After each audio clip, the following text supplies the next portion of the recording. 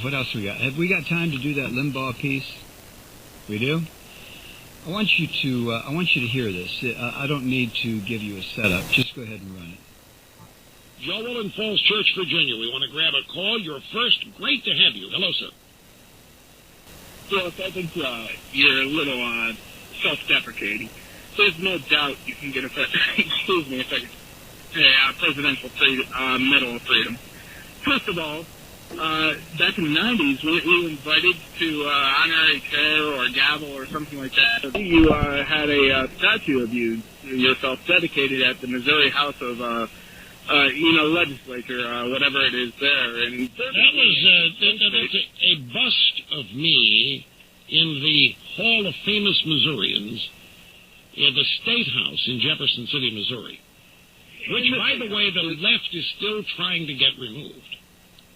Well, what I'm thinking is that, and you can correct me if I'm wrong, came after you exchanged 2 boxes of cash for narcotics in Florida, something that most people go to jail for, decades for mandatory minimum. They gave you a statue. I mean, you imported drugs into America with the Viagra deal down in Florida. Oh, no, sir. You are a victim of, once again, totally distorted media report. Right. The first half of your call is exactly right. But the last half of your call is just filled with the usual leftist bigotry, hatred, and gibberish, and you have the slightest idea what you're talking about. And that's the best they can do.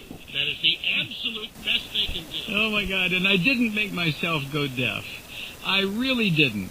There's an auto-transcribe or something. Yeah, he reads it off this, right. So he's having to read what the caller's saying, and so it's taking him there's a lag. So by the time Limbaugh's reading this thing, where the guy is saying, "Oh, Rush, you're too self-deprecating.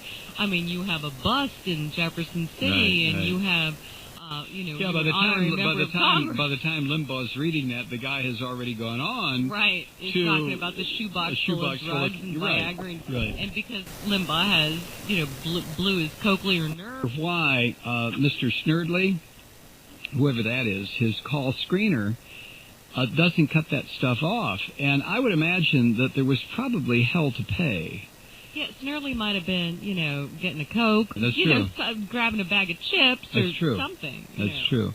Well, I just thought the call was amazing because every once in a while, that's only about the third or fourth time, I think, where somebody that precise in nailing this got through on the air. And, by the way, that bit of sound came from Daily Kos. Stay with us. We'll be right back. Horrendous. I'm falling, and my ratings now are falling because I'm so full of crap, with condescending tribes making money selling lies. Mark Canfield, hey. Hey, Mike, how you doing? Pretty good. How are you? I'm good. I really enjoyed the audio you played earlier. That was great, by the way. Limbaugh?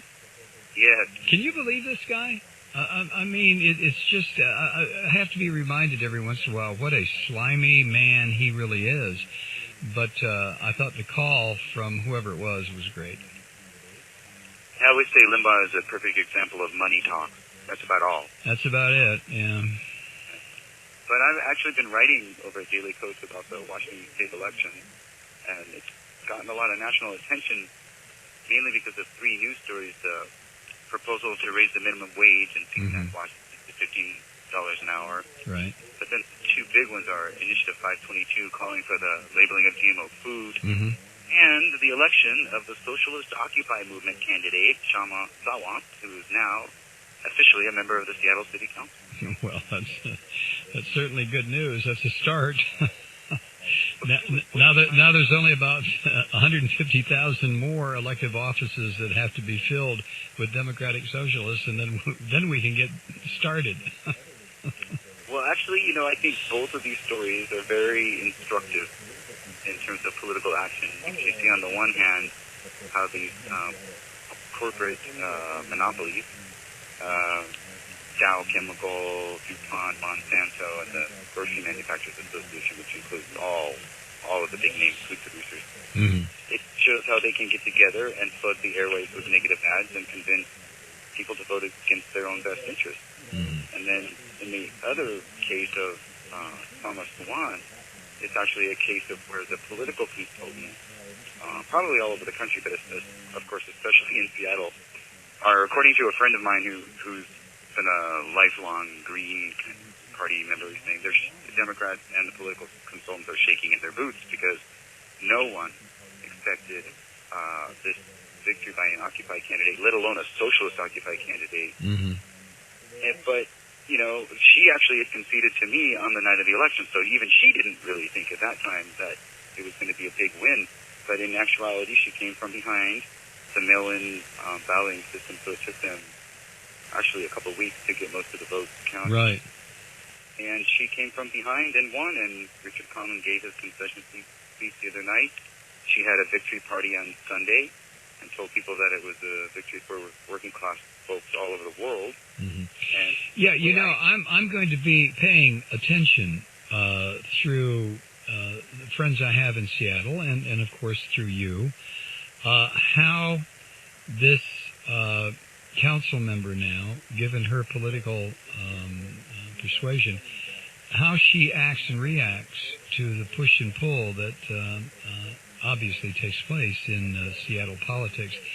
I'm very curious to see how she's going to weather whatever she has to deal with, and how she's going to lead, to the extent that a single council member in Seattle can offer up leadership at all. I don't know how your system is set up, but I'll be watching this candidate or this elected official very closely. Well, it is very interesting, but I can tell you that, from my point of view, it's sort of a populist backlash against the corporate culture in Seattle, because it might be all hippy-dippy up here, but actually it's the headquarters for Boeing, Starbucks, oh, sure. Oh, yeah, right. Amazon, Mm-hmm. you name it. Yeah. So people are getting kind of sick of the corporate culture, the high rents, and all the condos going up. Mm-hmm. And because there's no rent control here, so that's another issue she's been talking about. But what's interesting is that as I looked around the crowd at the SEIU Union Hall where she was speaking on Sunday night, most of the people in the crowd are not socialists. Mm-hmm. So she's actually gotten support from labor unions, and I met a member of the Sierra Club there. There's all sorts of people in the community who are now jumping behind her. In fact, I think it was Paul Bigman from the Labor Council. He actually got up and said, okay, so we were wrong, because they apparently hadn't backed her. But, I think she's very realistic, to tell you the truth. I've been talking to her. She's very educated. She has a PhD, by the way, which no one talks about. Let me just ask you one thing about the Labor Council guy who said, okay, we were wrong. The question I would have, and I'm sure a lot of old-line Democrats would have the same question, why in the hell didn't they support her? I think they were trying to play realpolitik, and she was actually trying to be an authentic candidate, and it so happened. Well, look what that's got. Approach won. Yeah, look what that's gotten the Democrats, though, over the past 35 years. They've got to wake up and notice that the winds have shifted, and if they ever do, instead of saying after an election, gee, we were wrong, they'll be able to say before the election, let's back this candidate. Yeah, and the thing about her is that she's very realistic herself. I mean, I've talked to her, I've interviewed her. She is actually working within the political system, has a very organized campaign, knows what her issues are. She hit the $15 minimum wage every time she spoke. She's on focus, and she, like I said, she got her degree, a PhD degree. Well, that's good. That's good. That would indicate, obviously, that she's a thinker, and God knows we need thinkers. Mark Taylor-Canfield, I have to leave it there, pal. Thanks, Mark. I appreciate you checking in. Stick around. We'll be back momentarily. I'm Mike Malloy. Truth Seekers, we have some programming changes coming to the Malloy Show, and we need your help to keep the good ship Malloy afloat until we reach steady waters. We have truly become a listener-supported radio show, which is great for bringing you the uncensored, unvarnished truth 3 hours each night without any obligation to a corporate advertiser. The downside is that by operating outside the established system, it is difficult to keep the lights on in the studio. So, we are counting on you. Of gun violence committed a month before when Charles Whitman, like Lee Harvey Oswald, a former Marine, killed 17 people and wounded 32 others in a shooting spree from the clock tower at the University of Texas. Mr. Harrigan said recently, quote, there was a palpable sense that something had been let loose. The Kennedy assassination had opened up this box of horrors, end quote. But what had been let loose were forces already there. After Oswald and Whitman would come the macabre gallery of angry loners who gained celebrity from the famous people they killed or tried to. George Wallace, John Lennon, Ronald Reagan, or who went on mass rampages at Virginia Tech, in Aurora, Colorado, and Newtown, Connecticut. We're captivated still by the handsome young president coming to office at the apex of American power, immortalized in an intoxicating sheen of glamour, imparted by the new medium of television. And of course, we can never know what might have been different had he lived, but one who seems to have recognized the malign forces at play ahead of those around him was John F. Kennedy himself. He was averse to large crowds, even though he stirred them, perhaps because he stirred them. His celebrated cool masked uneasiness and distrust. In the book 1,000 Days, published in 1965, Arthur Schlesinger, Jr., who worked in the Kennedy administration, described a president who had, quote, peered into the abyss and knew the potentiality of chaos. In the summer of 1963, Mr. Schlesinger reported Kennedy concluded an informal talk by suddenly reading a portion of Blanche of Castile's speech from Shakespeare's King John, the lines beginning, "The sun's o'ercast with blood," and ending, "They whirl asunder and dismember me." Mr. Schlesinger had predicted a new politics of hope with Kennedy's election, but Kennedy's own hopes were more tempered. While others basked in the incitements of Camelot, Mr. Schlesinger wrote, Kennedy himself had become acutely aware of the difficulties of governing, quote, a nation so disparate in its composition, so tense in its interior relationships, so cunningly enmeshed in underground fears and antagonisms, so entrapped by history in the ethos of violence, end quote.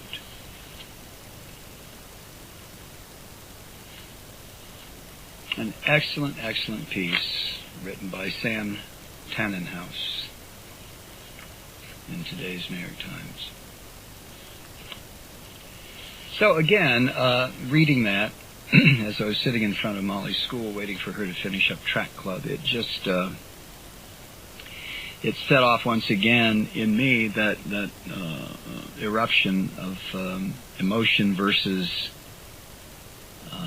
mind. Feeling versus fact. Memory versus reality. I hate that, don't you? It's so much easier to just kind of fall back into the memory and float on that, rather than try to deal with all the things that have happened since then. And again, I realize I'm not speaking to everybody tonight, and I do apologize for that. I try not to focus this particular program on any one age demographic or racial group or what have you, but there's no escaping the fact that if you were alive and conscious and able to think, and